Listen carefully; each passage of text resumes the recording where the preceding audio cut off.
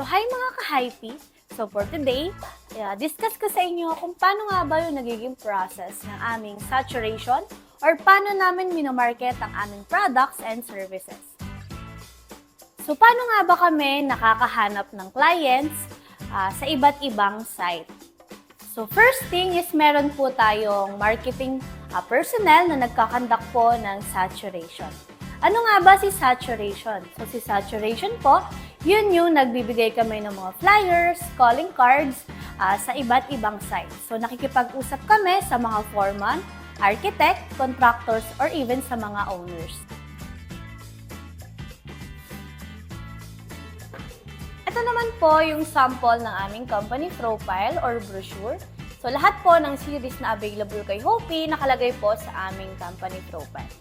Ito naman po yung sample ng aming calling card. So, dito nyo po kami pwedeng kontakin for your future projects. So, tara! Samahan nyo kaming mag-saturate for today.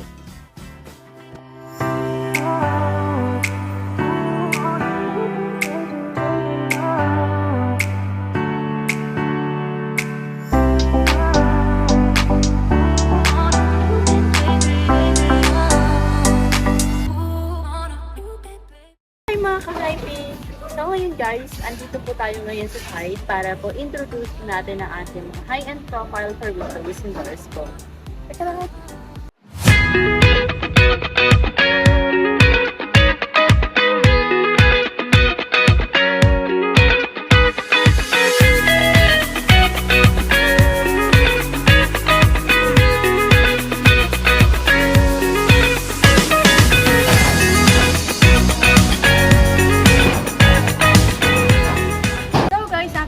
Introduce ang ating mga products sa ating client is i-invite natin sila to visit our showroom.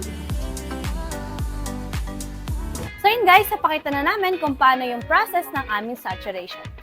Dito lang yan sa Hypey Glass and Aluminum Services.